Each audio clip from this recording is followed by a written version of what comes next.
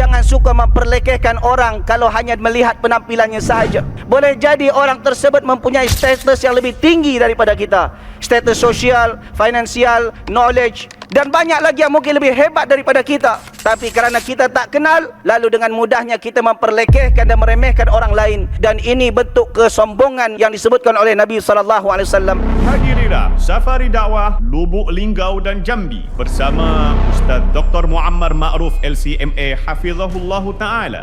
Suatu ketika Nabi SAW katakan, La yadkhulul jannah man fi qalbi mithqalu dzarrati min kibr. Sungguh takkan masuk surga orang yang di dalam hatinya ada sifat sombong walaupun sebesar zarrah. Faqala rajulun, inna ar-rajula yuhibbu an yakuna thawbu hasana wa na'lu hasana. Ya Rasulullah, apa pandangan engkau jika ada orang suka pakai pakaian yang cantik, pakai selipar, pakai kasut yang cantik? Adakah itu termasuk sombong? Maka Nabi SAW menjawab, innallaha jamilun yuhibbul jamal. Allah indah dan suka kepada yang indah-indah. Al-kibru, orang yang sombong, adalah batarul haqqi wa ghamtun nas, orang yang menolak kebenaran dan memperlekehkan orang lain. Berikut rangkaian jadualnya.